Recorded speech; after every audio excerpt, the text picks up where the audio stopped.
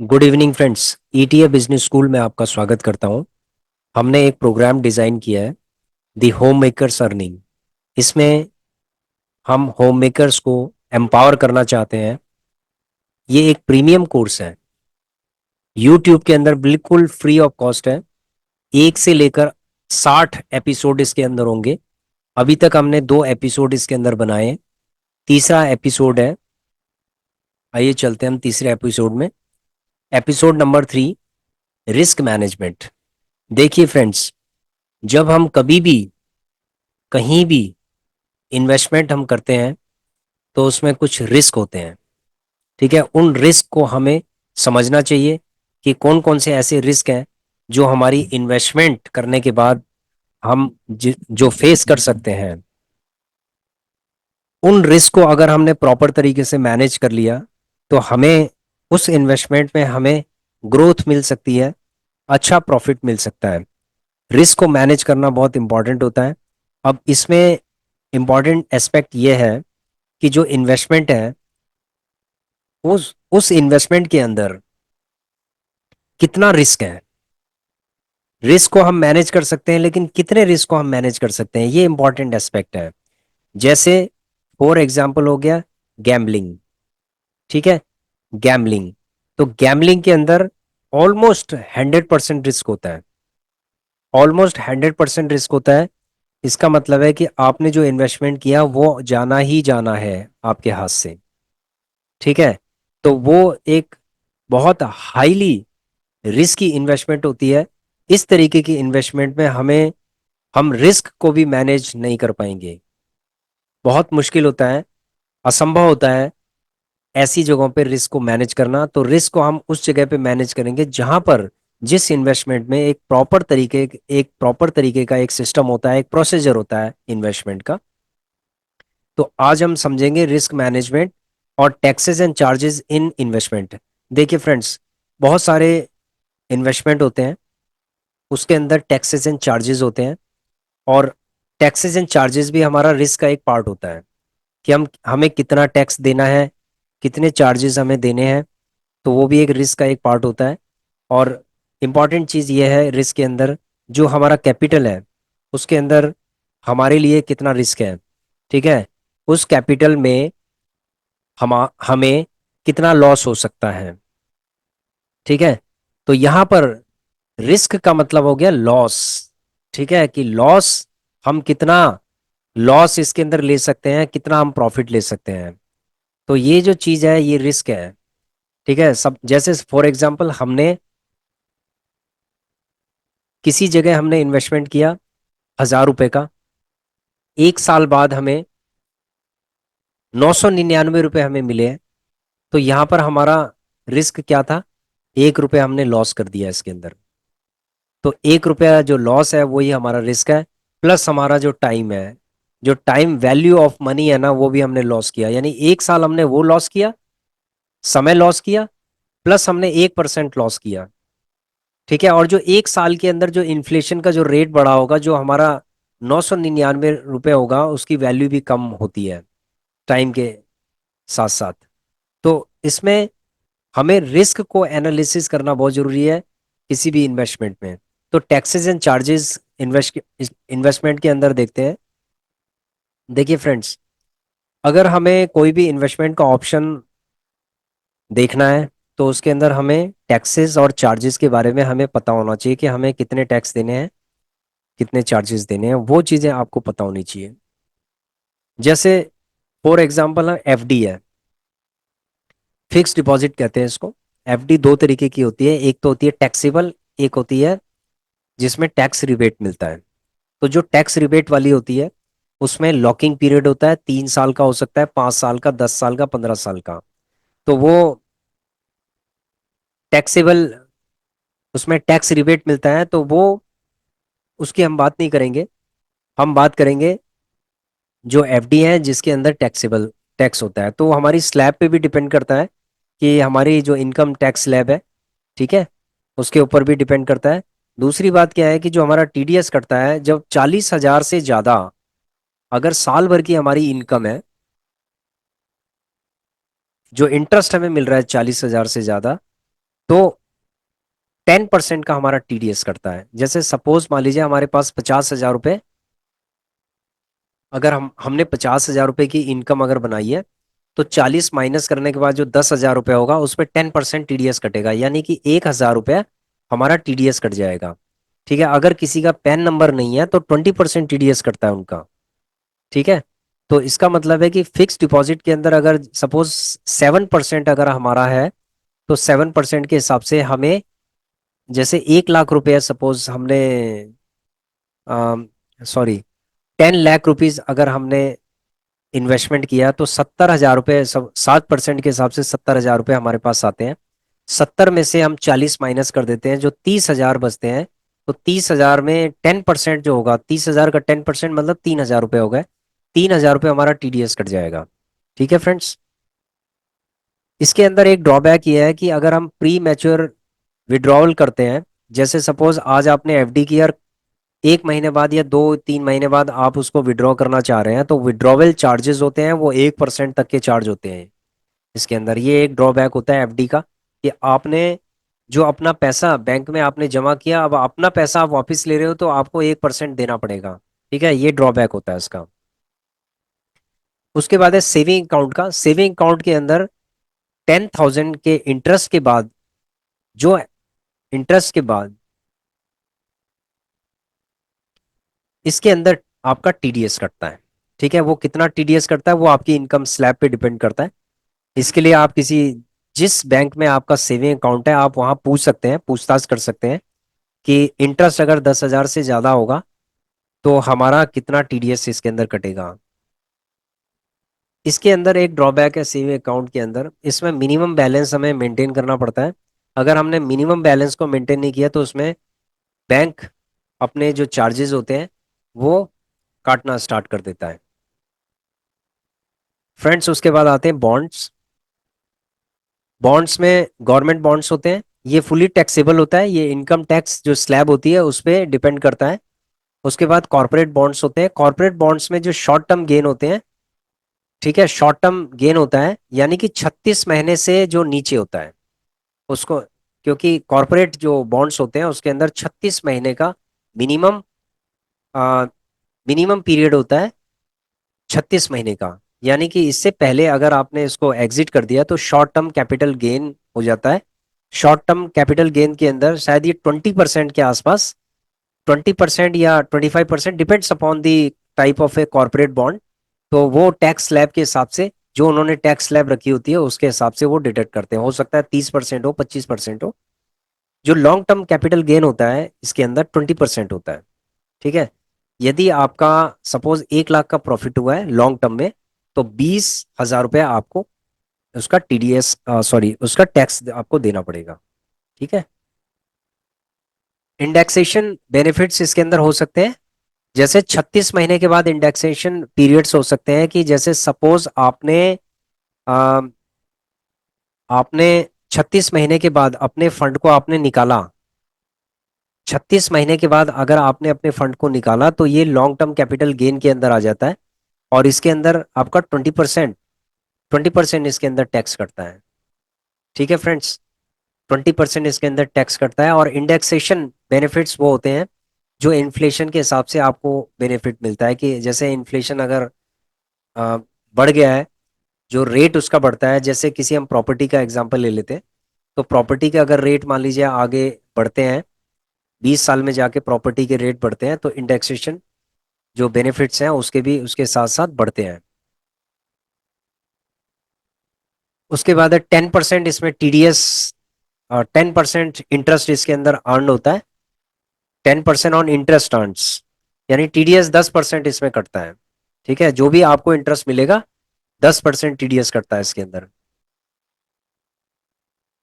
उसके बाद आते हैं TD ETF, exchange traded fund.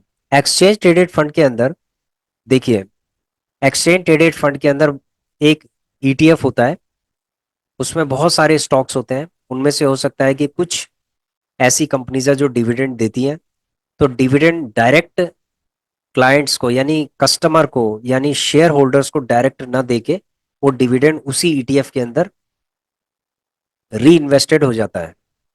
ठीक है, री इन्वेस्टेड हो जाता है। तो डिविडेंड की जो इनकम होती है वो टैक्स्ड होती है, वो डिपेंड करता है टैक्स स्लैब पे। तो कैपिटल गेन की अगर हम बात करते हैं तो 20%, अगर 12 महीने से पहले अगर आपने किसी ईटीएफ में अगर प्रॉफिट बुक किया है तो उसमें 20% टैक्स कटता है। शॉर्ट टर्म, इसको हम शॉर्ट टर्म कैपिटल गेन कहते हैं। 12 महीने से ज्यादा, 12 महीने से ज्यादा अगर हम प्रॉफिट लेते हैं तो इसको कहते हैं लॉन्ग टर्म कैपिटल गेन। ये 12.5% रखा है और ये 1.25 लाख से ऊपर है। यानी 1.25 लाख का मतलब होता है, 1.25 लाख का मतलब होता है फ्रेंड्स 1.25 लाख से ऊपर। जैसे सपोज आपने 2 लाख रुपए का सपोज आपको कैपिटल गेन हुआ है, लॉन्ग टर्म कैपिटल गेन हुआ है, तो आपका 12.5%, आपका 75,000 में 12.5% टैक्स कटेगा। ठीक है। इसी तरीके से डेट ओरिएंटेड फंड्स होते हैं वो भी टैक्सेबल होते हैं, वो टैक्स स्लैब पे डिपेंड करता है।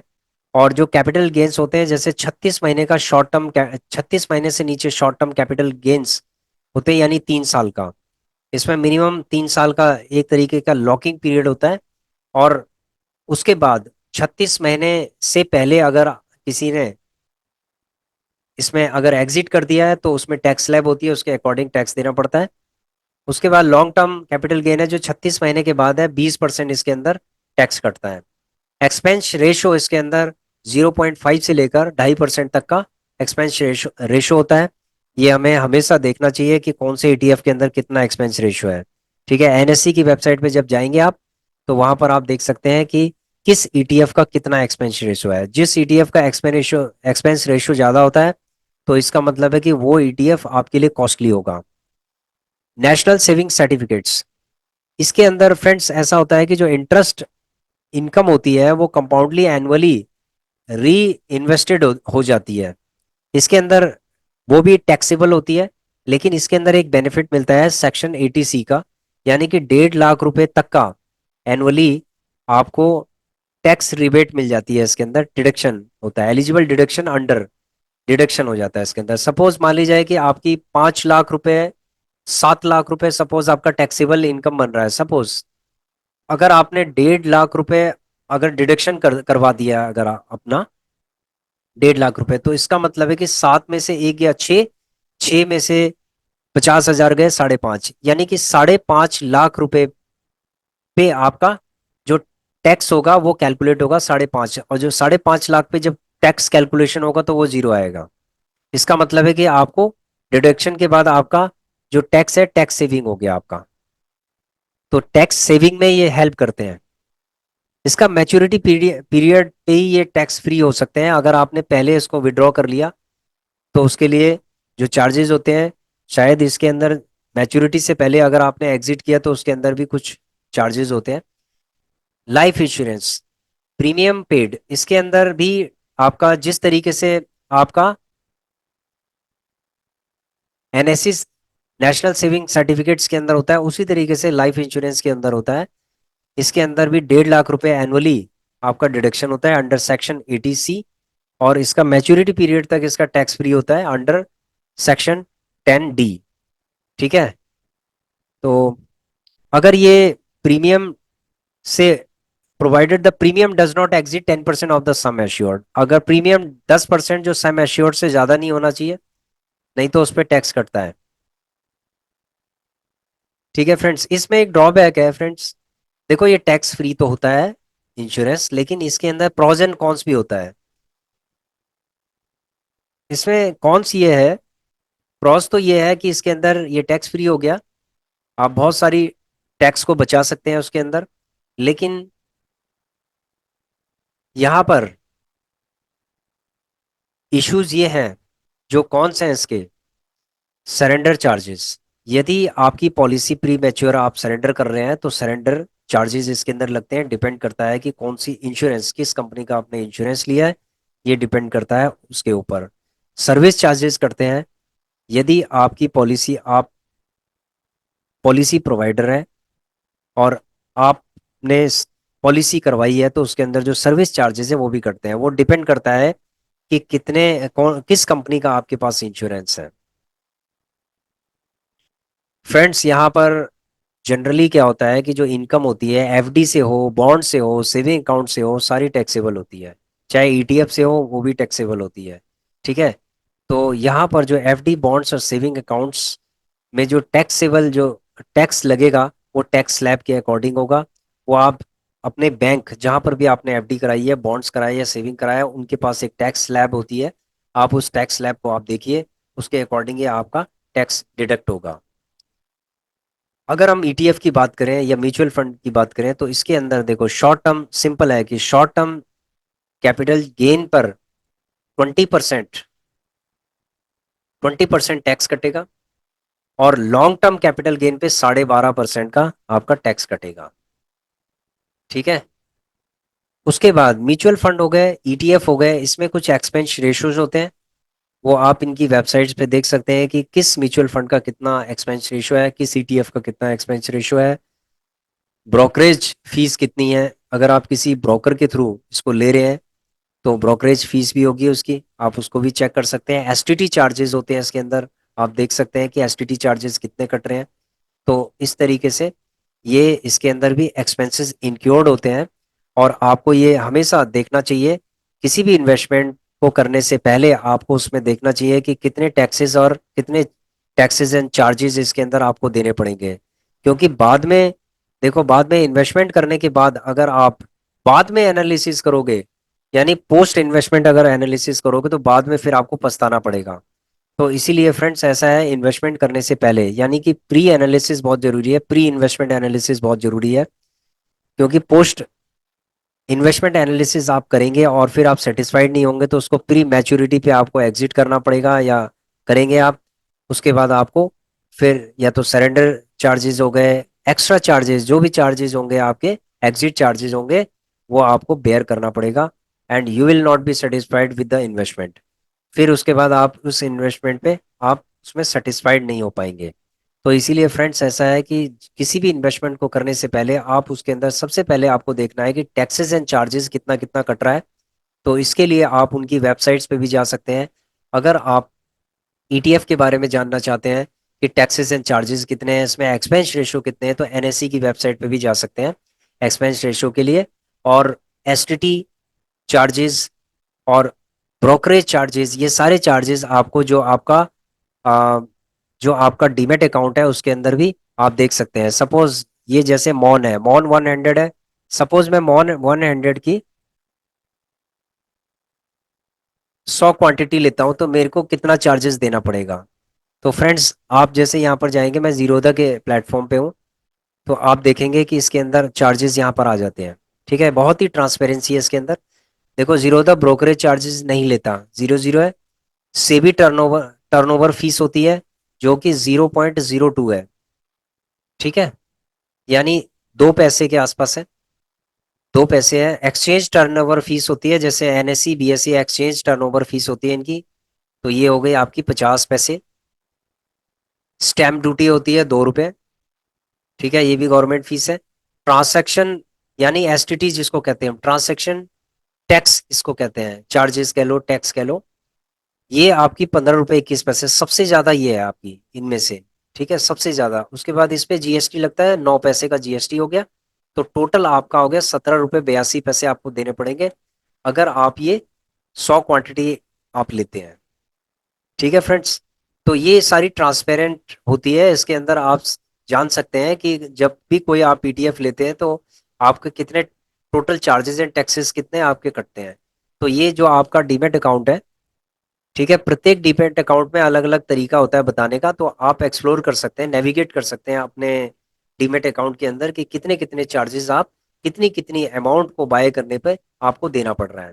तो यहाँ पर ये हमने आपको एक्सप्लेन किया है।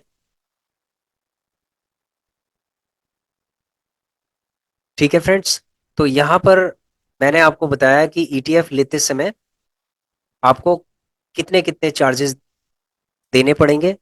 इसके लिए आप खुद अपने आप डीमेट अकाउंट में जाकर और एक्सप्लोर कर सकते हैं। तो ये थे फ्रेंड्स टैक्सेस एंड चार्जेस अलग अलग इन्वेस्टमेंट के लिए। ठीक है, जितनी भी इन्वेस्टमेंट होती हैं, जो हमने एक नॉर्मल जो भी जनरल इन्वेस्टमेंट हमने बताई है, उसके अंदर टैक्सेशन चार्जेस के बारे में हमने बताया। इसके अंदर देखो क्या होता है कि जैसे सपोज एफडी है, तो एफडी के अंदर आपको रेट ऑफ इंटरेस्ट डिपेंड करता है बैंक के ऊपर। बैंक्स के ऊपर डिपेंड करता है कि वो कितना आपको रेट ऑफ इंटरेस्ट देता है। कुछ बैंक 6% देते हैं, कुछ 7 देते हैं, कुछ 8% भी देते हैं। तो ये डिपेंड करता है बैंक के ऊपर, ठीक है। तो इनकम की अगर हम बात कर रहे हैं, तो वो 7% जैसे एफडी के अंदर आ गया, नेशनल सेविंग सर्टिफिकेट के अंदर 7% के आसपास आ गया। तो जनरली जो डेट इंस्ट्रूमेंट जो होते हैं, या फिर अगर आप ये कहें कि जो फिक्स्ड इनकम, यानी कि जो जिसपे रिस्क नहीं होता, ठीक है, रिस्क फ्री आप कह लीजिए इसको। रिस्क फ्री इन्वेस्टमेंट के अंदर जनरली आपका 5% से लेकर और 8% तक का आपका रिटर्न होता है, ठीक है। वो उससे ज्यादा रिटर्न नहीं देते। अगर कोई इन इंस्ट्रूमेंट में अगर वो कोई ज्यादा रिटर्न दे रहा है, तो इसका मतलब है कि आपको ये चीजें पता करनी चाहिए कि ये क्या ये सही है या नहीं है। अगर कोई क्लेम कर रहा है कि हम 12% का रिटर्न देते हैं, तो इसका मतलब है कि आपको कुछ जानने की जरूरत है, ठीक है। कुछ इंक्वायरी करने की जरूरत है उस कंपनी के बारे में कि क्या वो सही दावा कर रहे हैं, ठीक है फ्रेंड्स। क्योंकि इनकम को लेके, प्रॉफिट को लेके या इंटरेस्ट को लेके बहुत स्कैम भी होते हैं। तो इसीलिए आपको इसके ऊपर रिसर्च करनी है, एनालिसिस करना है, और सही जगह पे आपको इन्वेस्टमेंट करनी है। क्योंकि रिस्क क्या होता है, रिस्क का मतलब होता है कि आप कौन सी जगह इन्वेस्टमेंट कर रहे हैं। आप ऐसी जगह इन्वेस्टमेंट कर रहे हैं जहां पर बहुत ज्यादा रिस्क है, इसका मतलब है कि आपका पैसा जीरो हो सकता है। देखो, रिस्क का मतलब फ्रेंड्स ये होता है कि रिस्क एक पैरामीटर है, एक तरीके का पैरामीटर आप कह लीजिए। अगर हम लाइकर्ट स्केल के हिसाब से देखें तो 0 to 10, 0 का मतलब है 0% रिस्क है, कि जिसके अंदर कोई रिस्क नहीं है। आपने पैसा डाला है, इन्वेस्टमेंट किया है, तो आपको उसका रिटर्न 100% मिलेगा ही मिलेगा, ठीक है। तो उसको कहते हैं रिस्क फ्री। उसके बाद क्या होता है, 1%, 2%, 3%, 4%, इस तरीके से 0 से लेकर और 10 तक। अगर 10 की तरफ अगर हम जाते हैं, तो 10 का मतलब हो गया 100% रिस्क हो गया, यानी जैसे गैम्बलिंग हो गया। तो गैम्बलिंग में क्या होता है कि वो पैसा जाना ही जाना होता है, ठीक है। तो वो 100% रिस्क वाली जगह है। तो फ्रेंड्स ऐसा है, रिस्क को समझना बहुत जरूरी है। हमने ईटीएफ के ऊपर हमने स्टडी किया है। इसके अंदर रिस्क है। कई लोगों का कहना है कि देखिए, स्टॉक मार्केट के अंदर रिस्क है, पक्का रिस्क है। हम ये नहीं कहते कि ये रिस्क फ्री है, ये 100% रिस्क फ्री है। ऑलमोस्ट 100% रिस्क फ्री हो सकता है। कब हो सकता है? यदि हम मार्केट से पैसा कमाएं और उसके बाद इनकम जनरेट करें और उसके बाद हम उसे री इन्वेस्ट करें, ठीक है। जो हमारा री इन्वेस्टमेंट वाला जो पैसा होगा, वो हमारा रिस्क फ्री होता जाएगा। इसको कहते हैं रिस्क मैनेजमेंट, ठीक है। ये चीजें सीखना बहुत जरूरी है। जैसे कि हमारे प्रीवियस वीडियोस के अंदर आपने देखा होगा कि एक डीमेट अकाउंट के अंदर हम ट्रेडिंग करते हैं ईटीएफ की, और जो दूसरा डीमेट अकाउंट है उसके अंदर हम इन्वेस्टमेंट करते हैं। तो यहाँ से जो प्रॉफिट निकलता है उसको हम वहाँ इन्वेस्टमेंट करते हैं। तो जो हमारा दूसरा डीमेट अकाउंट है वो रिस्क फ्री है, यानी वो हमारा एक गुल्लक की तरह है, जिसके अंदर हम प्रॉफिट का पैसा निकाल निकाल के उसके अंदर डालते रहते हैं, थोड़ा थोड़ा करके डालते रहते हैं, डालते रहते हैं, डालते रहते हैं, ठीक है फ्रेंड्स। तो इसको कहते हैं हम रिस्क फ्री या रिस्क मैनेजमेंट कहते हैं। तो यहाँ पर हमारे लिए रिस्क रिस्क क्या होगा ईटीएफ के अंदर? यदि हमने कोई ऐसा ईटीएफ ले लिया है और वो नीचे चला गया, तो काफी दिनों तक हमें होल्ड करना पड़ेगा। तो रिस्क हमारा क्या है? टाइम लॉस है, ठीक है। हमारा बहुत समय लॉस हो सकता है। तो इसीलिए हमें उन ईटीएफ के ऊपर इन्वेस्टमेंट करना होगा जो बाउंस बैक जल्दी करते हैं और जिनका फंडामेंटल बहुत अच्छा है। तो सबसे पहले ईटीएफ के ऊपर हमें फंडामेंटल को समझना चाहिए कि किसका फंडामेंटल बहुत अच्छा है, ठीक है। फंडामेंटल अच्छा होना चाहिए। दूसरा, फिर हम उसके बाद टेक्निकल एनालिसिस करके हम उसके अंदर इन्वेस्टमेंट करके और अच्छा खासा हम रिटर्न ले सकते हैं, ठीक है फ्रेंड्स। तो रिस्क मैनेजमेंट को समझना बहुत जरूरी है। तो जब हमारी प्रैक्टिकल सेशंस चलेंगे, जब हम इन्वेस्टमेंट करेंगे, तो हम आपको बताएंगे कि रिस्क हम किस तरीके से रिस्क को मैनेज कर रहे हैं। देखिए, रिस्क दो तरीके से मैनेज होगा। पहला होगा कि अगर मान लीजिए मार्केट क्रैश कर रही है, तो अगर हमारा फंड बिल्कुल डाउन चला गया किसी ईटीएफ में और उसका फंडामेंटल बहुत अच्छा है, तो हम क्या करेंगे, हम एवरेजिंग करेंगे, बाय करेंगे हम उसको। ठीक है, बाय करेंगे उसको और बाय करते जाएंगे, धीरे धीरे करके हम उसको बाय करते जाएंगे, बाय करते जाएंगे। और टाइम के अकॉर्डिंग क्या होगा, एक अच्छी एवरेजिंग होने के बाद हम अपना जो एक्सपेक्टेशन के हिसाब से हम उसमें अपना प्रॉफिट बुक कर लेंगे। ठीक है, इस तरीके से आपको रिस्क को मैनेज करना है। कभी कभी क्या होता है, ईटीएफ जब मार्केट क्रैश होती है तो काफी दिनों तक आपको उसको होल्ड करना पड़ता है, लेकिन आपका पैसा कहीं जाएगा नहीं, आपको सिर्फ उसको होल्ड करना है।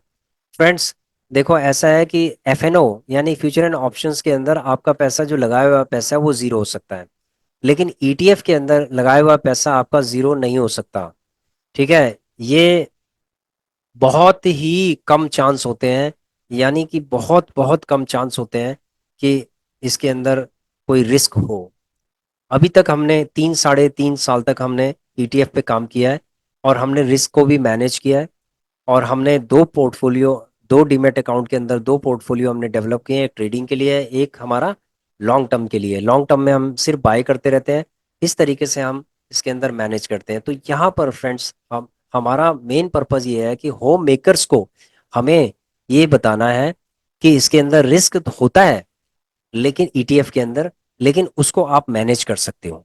ठीक है, तो उसको मैनेज करने के लिए एक स्ट्रैटेजी होती है, वो स्ट्रैटेजी हम आगे आपको बताएंगे। ठीक है, कि रिस्क मैनेजमेंट की स्ट्रैटेजी हम प्रैक्टिकल करेंगे तो रिस्क मैनेजमेंट की स्ट्रैटेजी भी साथ के साथ चलती जाएगी। ठीक है फ्रेंड्स, तो आज का जो सेशन है वो रिस्क मैनेजमेंट के ऊपर था। आशा करता हूँ कि आपको काफ़ी कुछ समझ में आ गया होगा। और जब भी आप कभी इन्वेस्टमेंट करें तो सबसे पहले आप ये देखें कि इसके अंदर रिस्क कितना है। ठीक है friends, thanks for watching our video. Please share, subscribe and like our channel. Thank you.